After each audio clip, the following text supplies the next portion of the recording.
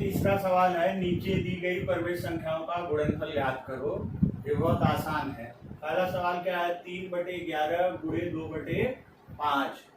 गुणनफल माने सीधा सीधा गुणा कर देना, अंश का गुणा अंश में कर देना, हर का गुणा हर में कर देना है। तो यहाँ हम लिख देंगे 3 गुणे 2/11 गुणे 5। 3 दूना 6, 11 बचे 55। ठीक है बच्चों। अब दूसरा सवाल देखो। दूसरा सवाल भी हम सीधे सीधे गुणा कर देंगे, लेकिन अगर यह संक्षिप्त रूप होता है तो संक्षिप्त रूप करके तब गुणा करेंगे, क्योंकि गुणनफल में हमें सीधा सीधा गुणा करके उत्तर नहीं लिखना, बल्कि उसको सरल रूप में लिखना है। सरल रूप में माने उसको, जैसे सरल रूप क्या होता है, जैसे 10/15 है बच्चों। ठीक है, इसका सरल रूप क्या है, 5 के पहाड़े से दोनों संख्या कटती है ना, अर्थात 5 से दोनों में भाग देते हैं, तो 5 दूनी 10, 5 नहीं 15, 10/15 माने 5 दूनी 10, 5 नहीं 15। जो हम भाग देते हैं ऐसे काट के लिख देंगे 2/3। तो ये इसका सरल रूप है, तो हमें सरल रूप में उत्तर लिखना पड़ता है। तो यहाँ पर जो पहले सवाल में हमने इसलिए सीधा सीधा गुणा कर दिया कि यहाँ पर कोई संख्या जो है अंश या हर की संख्या कट नहीं रही है, वो किसी के भी पहाड़ में नहीं आ रही है, तो सभी संख्याएं अभाज्य हैं। ठीक है, इसलिए हमने सीधा सीधा गुणा कर दिया। यहाँ पर देखो, हमें यहाँ पर कुछ भाज्य संख्याएं हैं, जैसे 12 भाज्य संख्या, 4 है, 15 है, 5 है। तो हम इसे काटना माने सरल करना, सरल रूप में लिखकर तब गुणा करेंगे। अच्छा बच्चों, काटते समय कभी ऐसे हर से हर को नहीं काटते हैं। काटते समय अर्थात क्या है, एक संख्या अंश क्यों नीचे, एक हर क्यों नीचे, इस तरह से।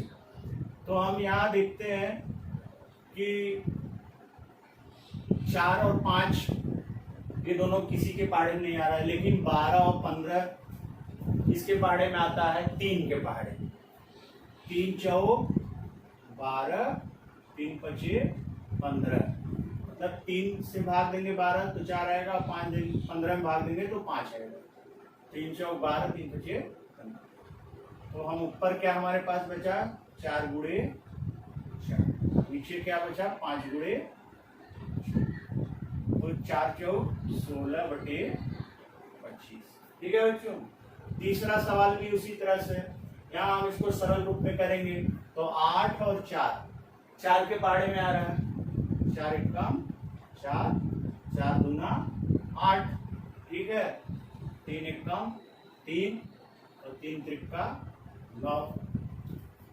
तो यहाँ देखो ये 2 आया, लेकिन यहाँ माइनस है, तो -2 गुणे 1/3 गुणे 1, तो -2/3 आ गया।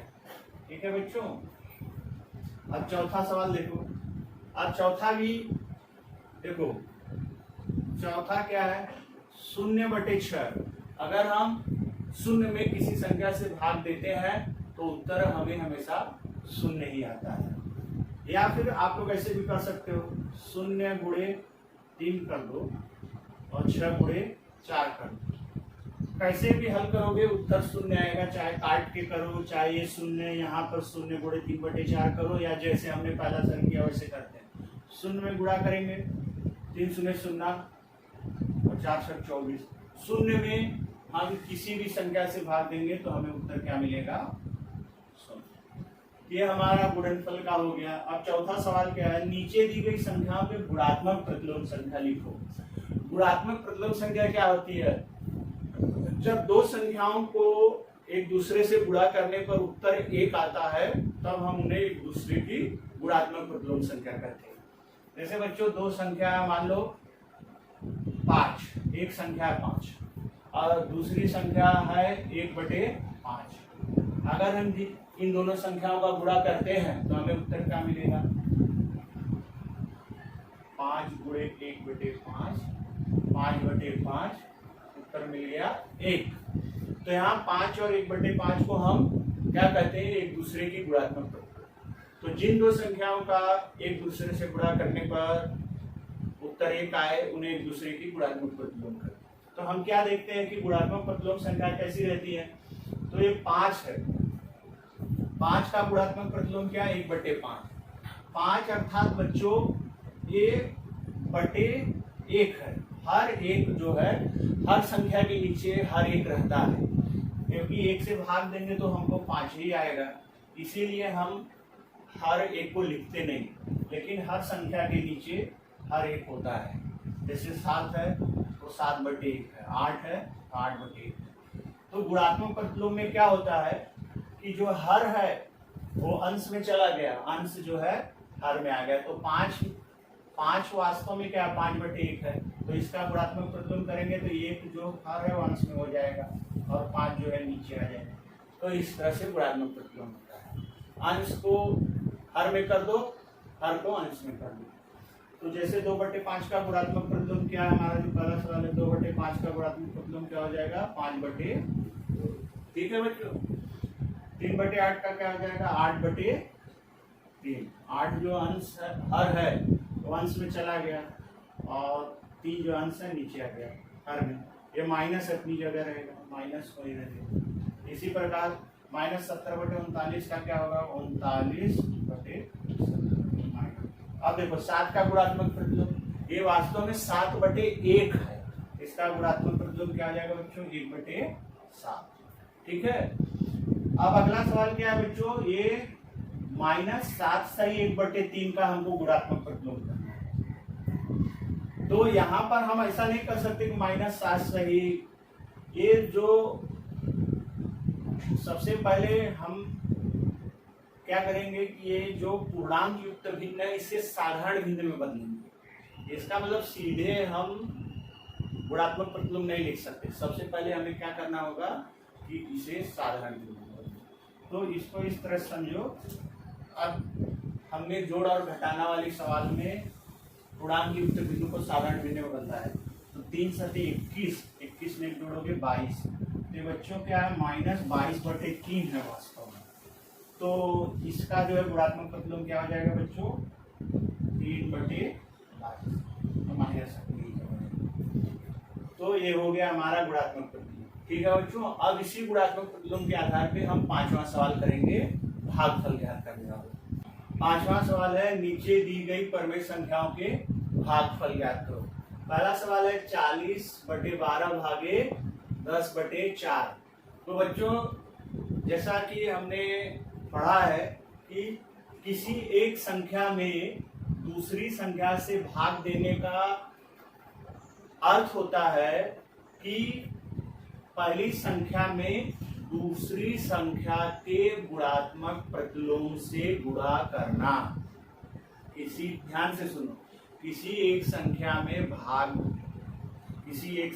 में दूसरी संख्या से भाग देने का अर्थ होता है कि पहली संख्या में दूसरी संख्या के गुणात्मक प्रतिलोम से गुणा करना। मतलब कि जैसे मैंने समझो लिखा है 3/5, ठीक है, तो इसका मतलब क्या हुआ 3 × 1/5, क्योंकि देखो 3/5 हम इसको 3/5 भी लिख सकते हैं, 3/5 को 3/5, और भाग देने का मतलब क्या हुआ कि उसमें पहली संख्या में दूसरी संख्या के गुणात्मक प्रतिलोम से गुणा करना। तो 5 का गुणात्मक प्रतिलोम क्या होगा 1/5, इसको भी हल करोगे तो 3 × 1 = 3, 3/5, मतलब कि वही चीज आने वाली है, यहाँ भी 3/5, यहाँ भी 3/5। तो ये जो भाग है हम क्या करेंगे, पहली संख्या में हमको दूसरी संख्या से भाग देना, माने 40/12 में 10/4 से भाग देना है, तो हम यहाँ भाग की जगह क्या करेंगे दूसरी संख्या के गुणात्मक प्रतिलोम से गुणा करेंगे। ठीक है, दूसरी संख्या से भाग करें उसका गुणात्मक प्रतिलोम करें, पहली संख्या का नहीं। ये बात ध्यान में रखो, पहली संख्या क्या है 40/12, अब ये गुणात्मक प्रतिलोम माने यहाँ भाग से गुणा का चिन्ह हो जाएगा, और 10/4 का गुणात्मक प्रतिलोम क्या आ जाएगा 4/10। अब देखो अगर ये सरल हो रहा है, सरल कर दो, 10 × 1 = 10, 10 × 4 = 40, 4 × 1 = 4, 4 × 3 = 12। तो ऊपर क्या बचा 4 × 1 और नीचे 3 × 4 × 1 = 4/12। 3 आ गया। समझ गए बच्चों? इसी तरह से हमें ये जितनी भी भागफल की सवाल है उसको गुणे के रूप में तब्दील करेंगे। गुणे के रूप में भाग को करेंगे गुणे के रूप में तब्दील, तो जो हमारा भाजक है माने जिससे हमको भाग देना है उसका हम गुणात्मक प्रतिलोम कर देते। दूसरे सवाल में -10/11 गुणे 11/10 का क्या हो जाएगा 10/11, माइनस का चिन्ह जहाँ वही रहेगा। अब देखो ये तो नीचे दोनों अभाज्य संख्या है, ये सरल रूप में नहीं होगा, हमको गुणा करना पड़ेगा। -10 गुणे -10/11 गुणे, ये गुणा कर देंगे 10 दहा में 100/11 का 11 में गुणा करेंगे तो 121 आ गया। तो 100/121 और माइनस का गुणा माइनस में करते हैं तो प्लस होता है। हमने पढ़ा है दो ऋणात्मक संख्याओं का गुणनफल सदा धनात्मक होता है। ठीक है, तो आ गया 100/21। अब हम इसी तरह से तीसरा सवाल लगाएंगे -7/8 गुणे 6/-3। 3/6 का गुणात्मक प्रतिलोम क्या होगा 6/6, ऊपर अंश में जाएगा और ये जो 3 अंश है हर में आ जाएगा और माइनस यहाँ ऊपर ही है।